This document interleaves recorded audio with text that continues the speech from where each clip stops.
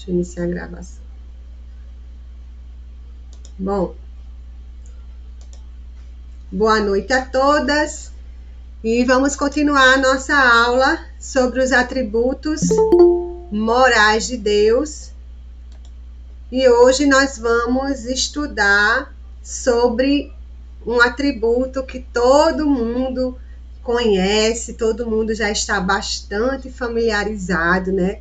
Nós estudamos nas aulas passadas a bondade de Deus, que consiste da paciência, da misericórdia e da graça de Deus.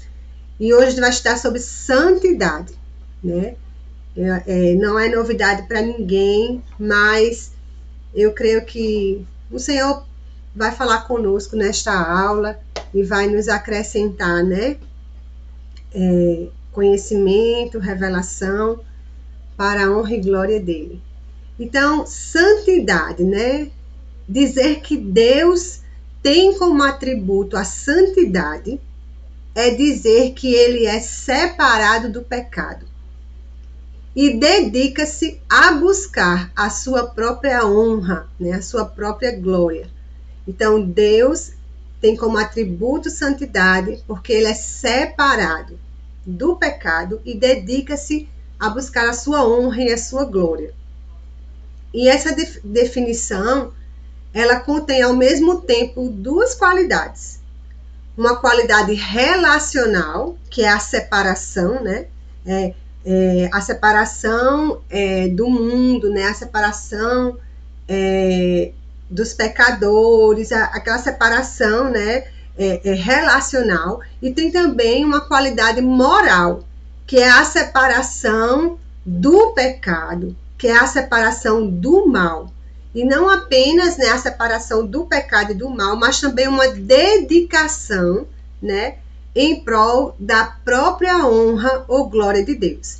Então, a santidade de Deus, ela tem duas qualidades, uma relacional e uma moral, certo? Guarda isso que mais à frente a gente vai destrinchar.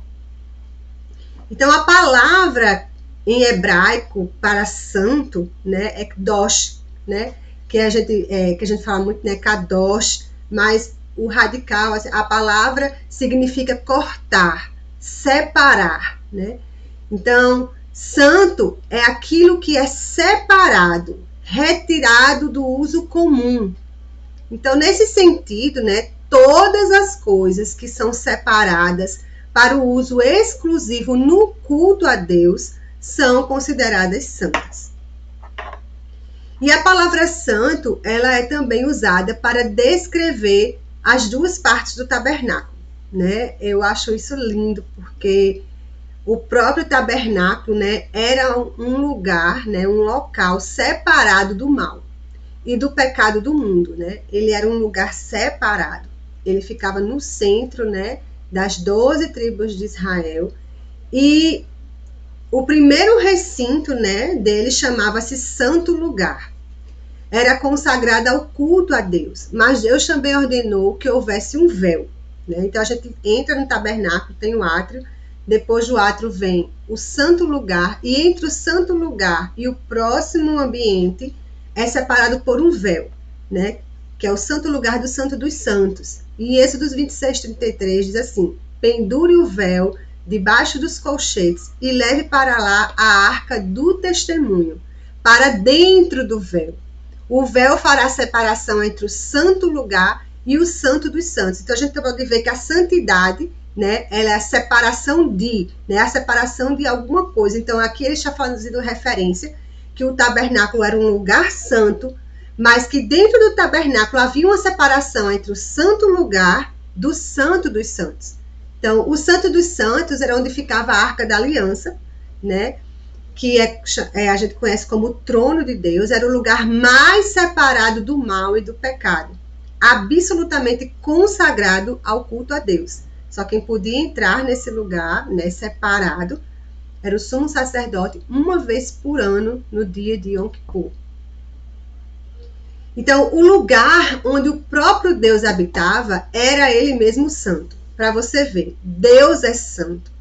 O lugar onde ele habitava era santo, né? Então isso quer dizer que Deus santifica, né? A sua presença santifica lugares. E aí o salmista, né, lá no Salmo 24:3 diz: quem subirá ao monte do Senhor? Quem há de permanecer no seu santo lugar? Então, o elemento da dedicação ao culto de Deus revela-se na santidade, né? E existe um aspecto muito lindo, muito belo, né, que a gente ama, que é o Shabat, né? Então, um dos elementos da dedicação do culto a Deus, ele se revela na santidade do sétimo dia, na santidade do sábado, né, que a gente chama de Shabat. Em Gênesis 2:3 ele diz: e Deus abençoou o sétimo dia e o santificou, porque nele descansou de toda a obra que como Criador tinha feito.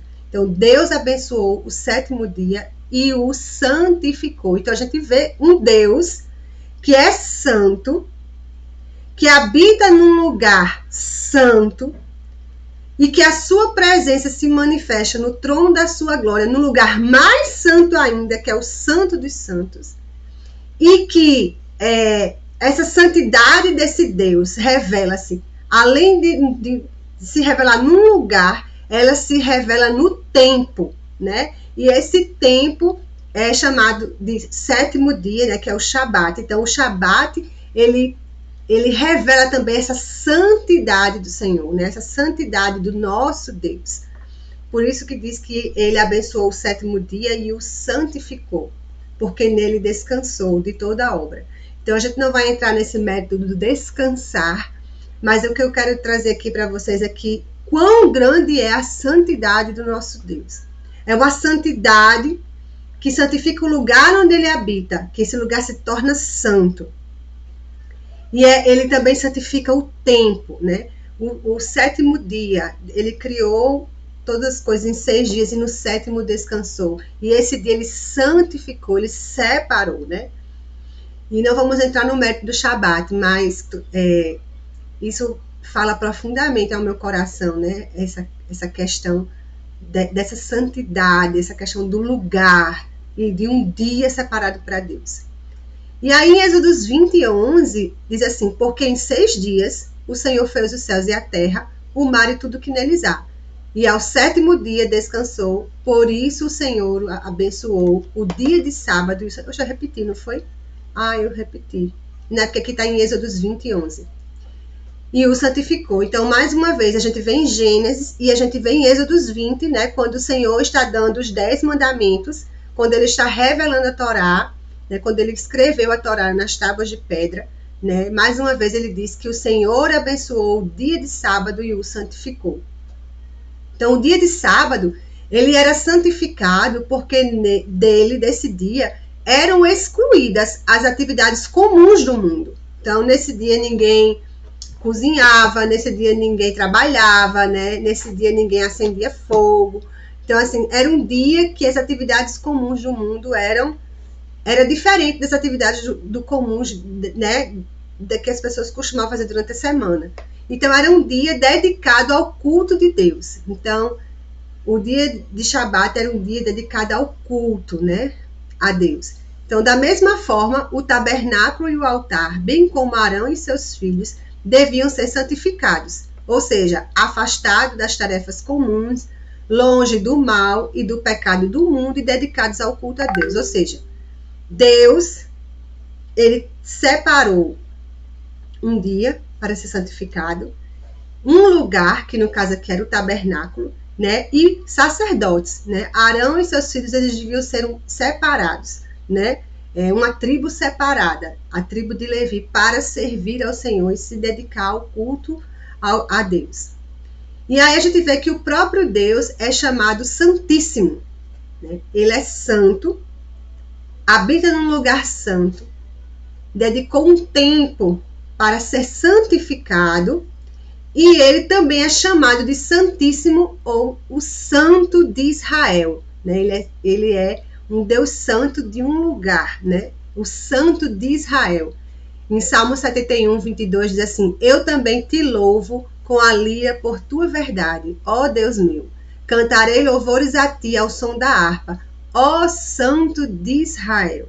Então, a gente vê em que essa santidade de Deus implica, né? E se ele fala de um tempo santo, um lugar santo, imagino que ele não espera de nós que nos tornamos a sua habitação, né? A gente vai falar sobre isso mais na frente. Então, a gente pode perceber também que essa santidade, ela é celebrada, ela é proclamada, ela é declarada, cantada no trono da sua glória. Lá, né, os serafins em torno do trono de Deus bradam. Como está em Isaías 6, no versículo 2 e 3. Serafins estavam por cima dele, cada um tinha 6 asas, com 2 cobria o rosto, com 2 cobria os pés e com 2 voavam. E clamavam uns para os outros, dizendo: Santo, Santo, Santo é o Senhor dos exércitos. Toda a terra está cheia da sua glória. No Salmo 99, 9 diz assim: Exaltem o Senhor nosso Deus e prostem-se diante do seu santo monte, porque santo é o Senhor nosso Deus.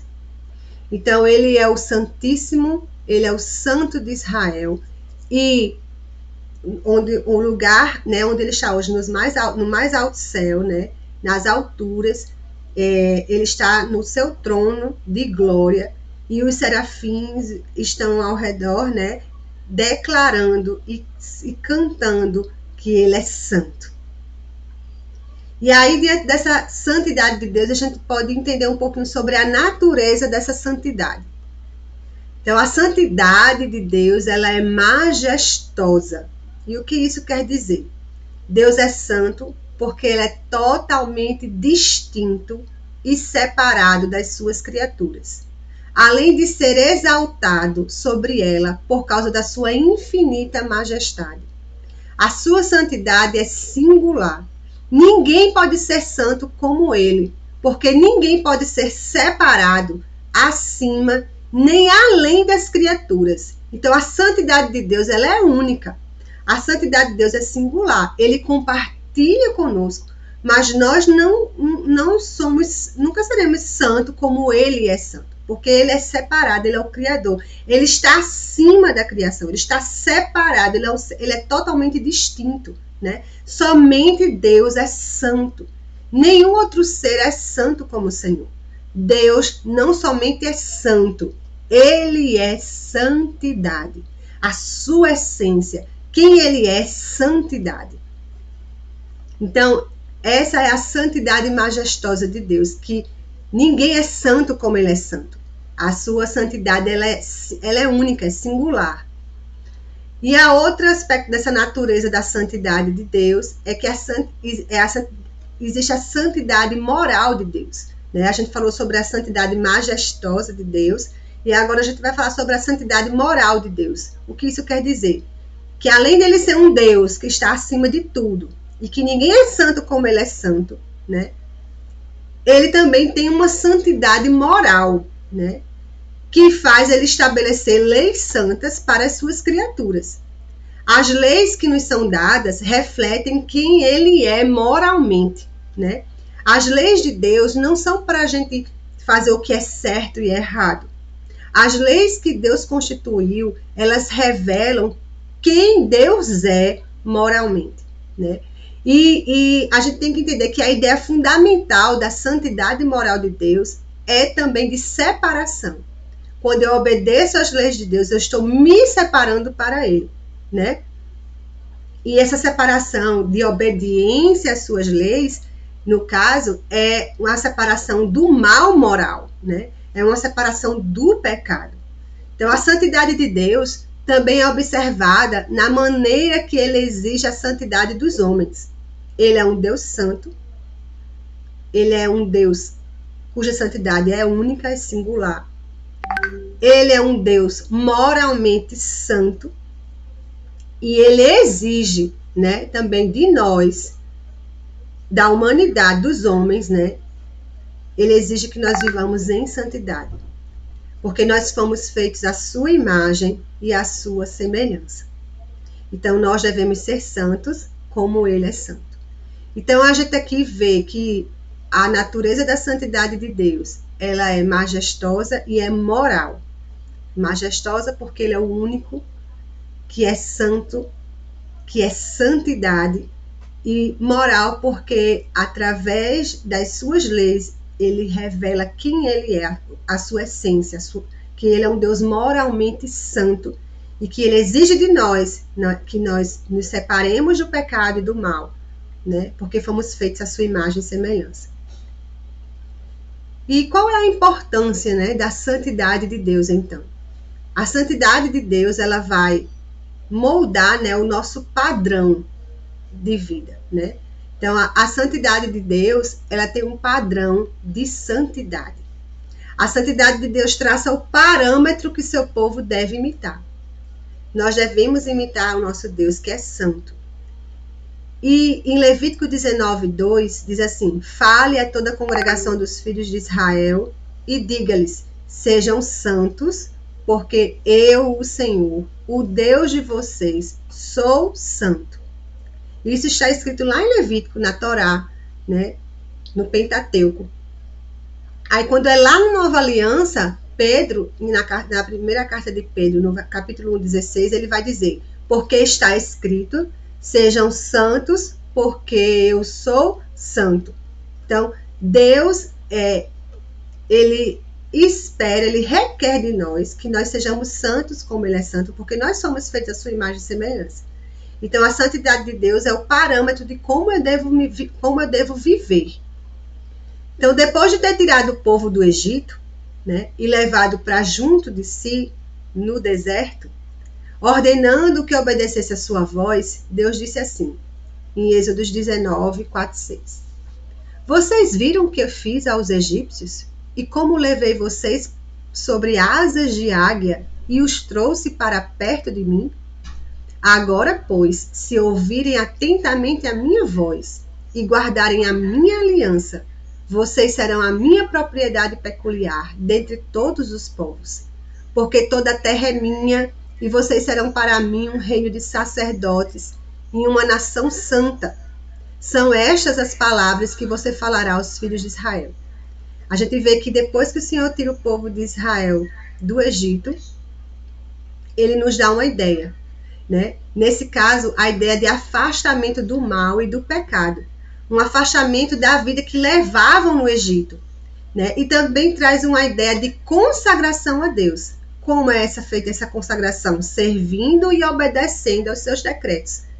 Né? E a gente vê que, a partir do momento que eles se afastam do mal e do pecado, e que eles se consagram a Deus obedecendo as suas leis, os seus decretos, eles se revelam como uma nação santa. Então, para que nós possamos ser povo santo, nação santa, nós devemos nos afastar do mal, assim como ele disse ao povo de Israel, né? Se afastar do mal e do pecado e se consagrar a ele, obedecendo os seus mandamentos.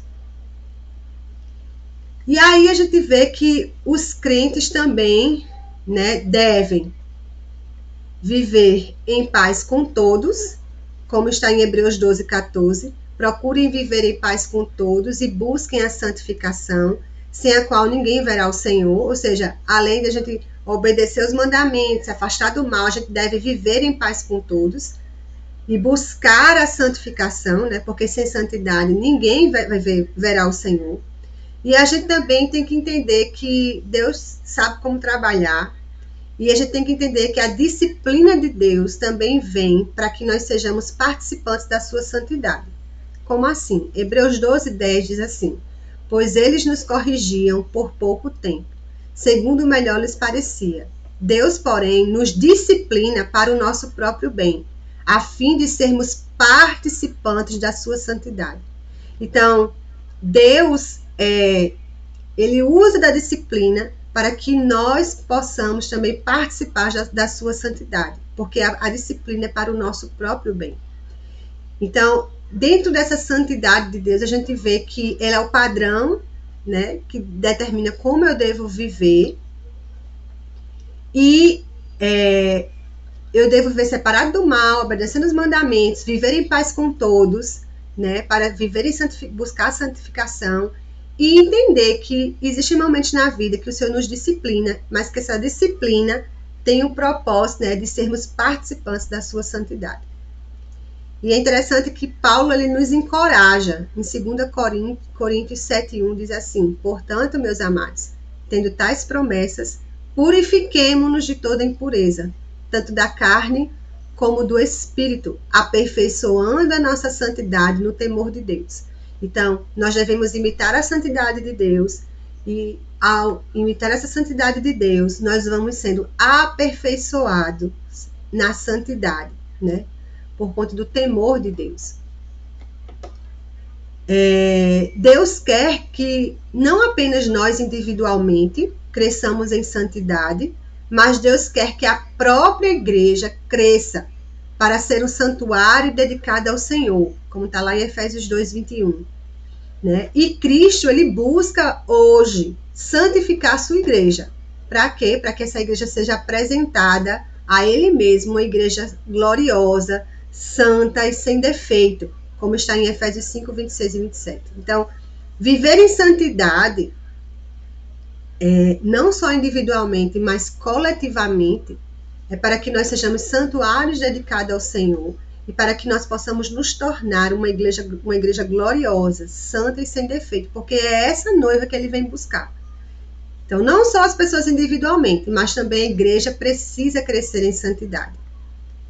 E aí a gente vê que a santidade de Deus se manifesta. E aqui eu vou dizer, se manifesta em 3 aspectos. A santidade de Deus se manifesta nas suas obras, porque Deus é santo em todas as suas obras, em todos os seus feitos, Deus é santo. Ele manifesta a sua santidade nas suas leis, né? Porque elas refletem a sua santidade, a sua natureza. Ele é um Deus santo, ele é santidade. E a santidade de Deus se manifesta na redenção. Então, porque Deus ele não se agrada do pecado. Então, o desprazer de Deus com o pecado mostra a sua santidade. E tem sua evidência mais vívida na morte de Jesus na cruz. Ele, sendo enviado ao mundo, foi a única maneira de Deus punir o pecado, punindo o representante para redimir o pecador. Ou seja, a santidade de Deus é revelada na redenção, porque para que nós pudéssemos ser reconciliados com Ele e estar na sua presença, nós deveríamos ser justificados, santificados. E isso ocorreu por meio da redenção, do sacrifício de Jesus na cruz, né, que morreu no nosso lugar, que perdoou os nossos pecados, nos redimiu, e hoje nós podemos estar diante do nosso Pai, reconciliados com Ele e viver em santidade. Então, a santidade de Deus se manifesta nas suas obras, nas suas leis e na própria redenção. E a santidade também, ela tem consequências, né? Quais são as consequências da santidade de Deus? A santidade de Deus, ela vai determinar o nosso conceito de evangelização, né? Então, nós vamos,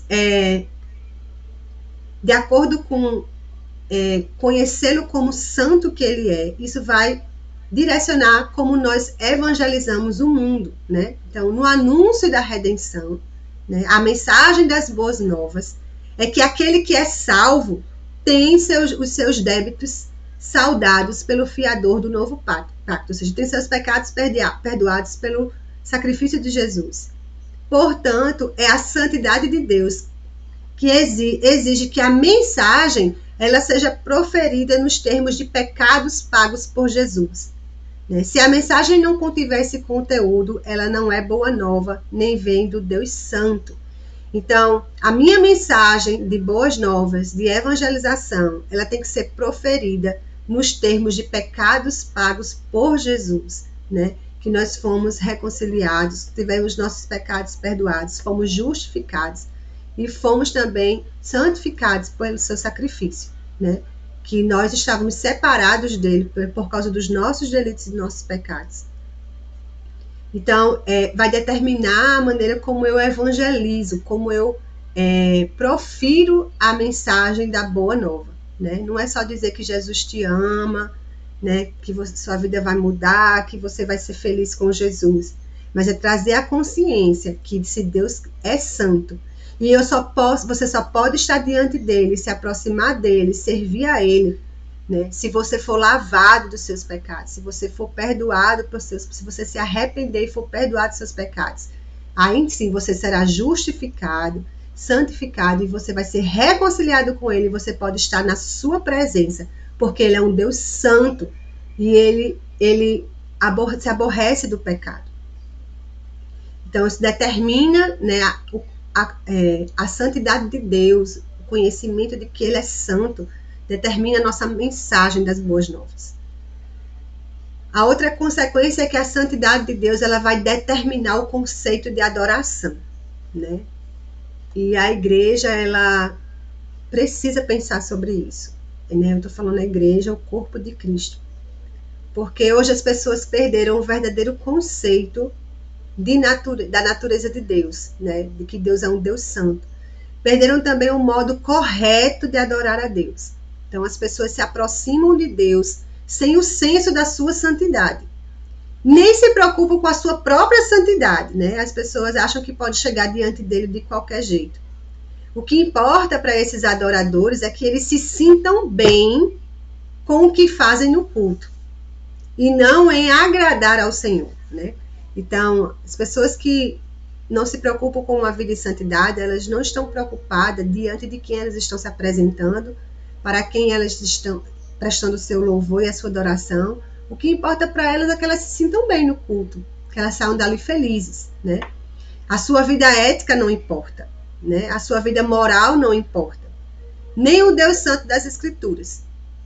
Então, a gente precisa entender que as Escrituras dizem que nós devemos nos aproximar dele com um coração sincero, em plena certeza de fé, tendo o coração purificado de má consciência e o corpo lavado com água pura, lá em Hebreus 10, 22.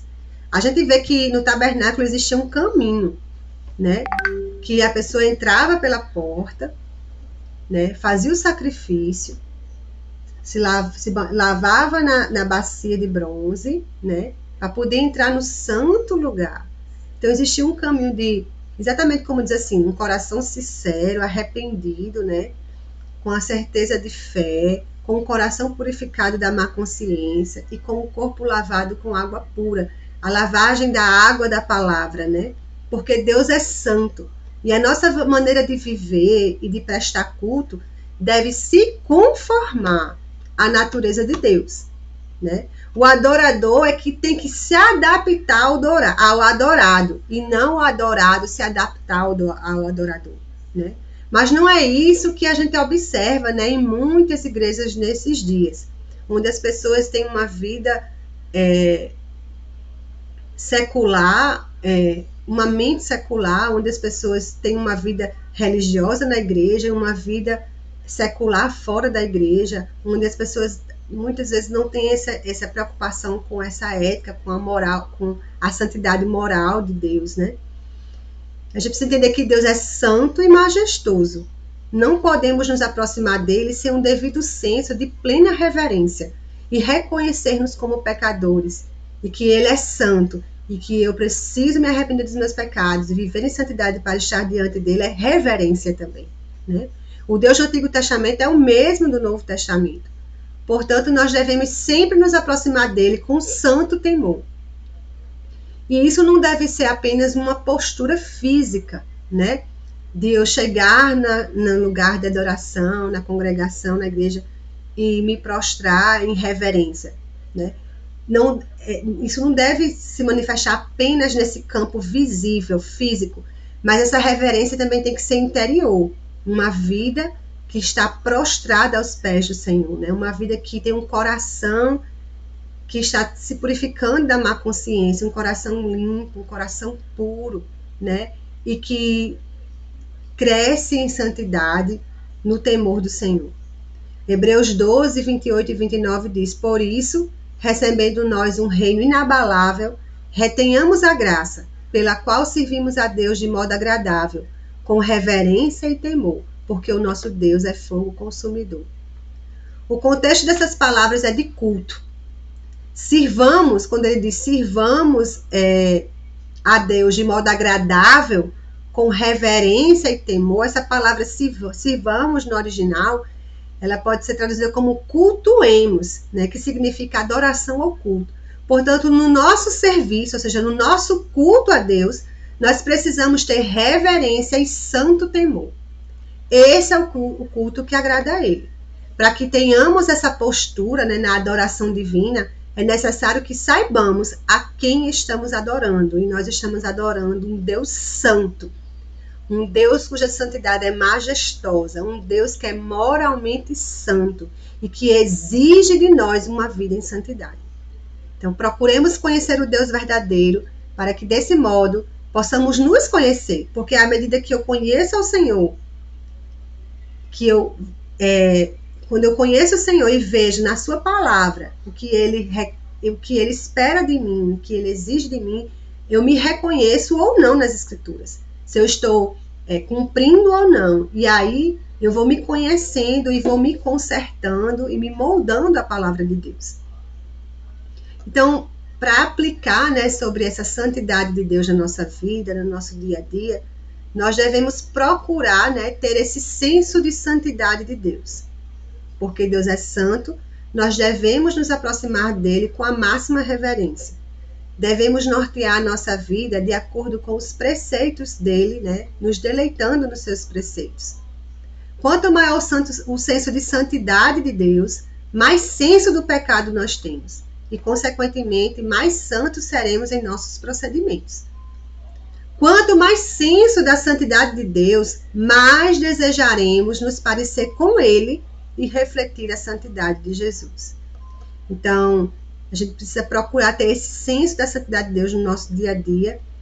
E a gente precisa também entender que Deus é o padrão da nossa santidade moral, como a gente já viu. Nos nossos dias, tudo em questões éticas e morais é relativizado e subjetivado. A verdade é uma questão de opinião pessoal, né? Sem que haja um paradigma exterior e fixo. Contudo, o cristão tem que tomar atitude totalmente diferente da sociedade atual. Nós somos diferentes, não adianta. Nós somos diferentes. Paulo diz, não vos conformeis com este século, mas sejam transformados pela renovação da sua mente.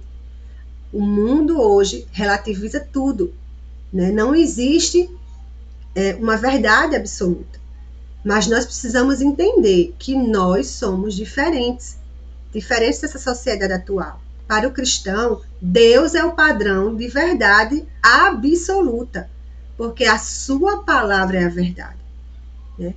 O padrão de verdade absoluta e indiscutível, também no que se refere, né, à área ético-moral da vida. Deus não tolera a relativização da verdade. Somente Deus, por meio da sua palavra, é o aferidor do que é santo. E um último aspecto é que Deus exige que a gente seja santo como Ele é santo. Então, que nós sejamos santos como Deus, né? Nós nunca seremos santos como Ele é santo, separado, acima da sua criação.